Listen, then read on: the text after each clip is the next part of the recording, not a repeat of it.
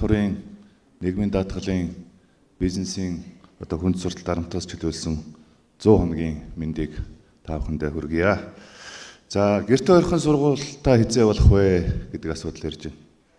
За, ингээд учрлалын ерөнхий сайдын дэвшүүлсэн Монгол хүүхд бүрийг мэдлэгийн ур чадвараас чөлөөлөх энэ сан санаачлага бол одоо хүн бүхэнд хүүхэд бүрт гэрте ойрхон цэцэрлэг сургуультаа. Гэхдээ тэр гэрте ойрхон цэцэрлэг сургууль нь сайн цэцэрлэг сургуультаа болохын тогтолцооны шинжилгээ асуудал байгаа юм.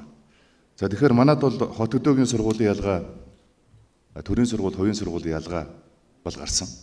За, тийм учраас энэ хот өдөөгийн сургуулийн ялгаа, төрийн сургууль, хувийн сургуулийн ялгааг арилгах цорын ганц шийдэл бол гэрте ойрхон цэцэрлэг, гэрте ойрхон сайн сургуультай болохын тогтолцоо хийх асуудал юм байна. Тэгэхээр хөдөө орон нутагт бид нар 330 суманда маш цөөн хүүхэдтэй 12 жилийн тогтолцоотой.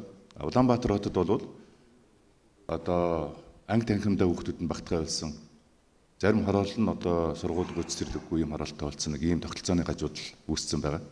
За, энийг бид нар шийдэж чадсан. Биднэрт бүтэн шийдэл байгаа. Энэ бол одоо бид нар 3 жилийн өмнө суглааны цэцэрлэгийн тогтолцоог бид нар халж чадсан. Өнөөдөр хүсэлт гаргасан хүүхэд бүхэн хамран сурах тойрогоор цэцэрлэгтэй болсон. Яг энэ шийдлийг одоо бид нар энэ сургууль дээр хотхны баг сургууль, төрөлцөөх сургууль дээр одоо бид нар хийнэ. Энийг төр дангаараа хийхгүй, хувийн хвшилтэд бид нар хамтарч байна.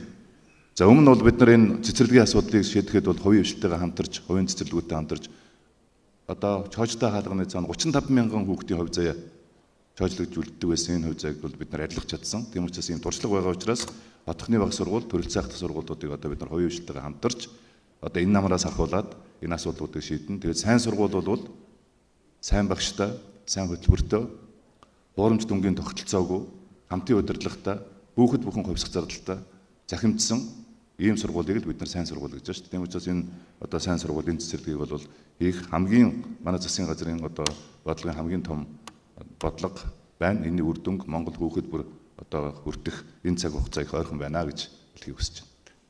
За, хоёрд нь тэр хөгжлийн бэрхшээлтэй хүүхдүүдийн ихтэй сургуулиудад эсвэлэх боловсролын зээлийн сангаас одоо ямар боломжууд байгаа гэдэг асуултууд гарсан. За, энэ бол одоо хөгжлийн бэрхшээлтэй хүүхэд ихтэй сургуульд элсэхэд одоо яг боловсролын зээлийн сангаас 100% санхүүждэг.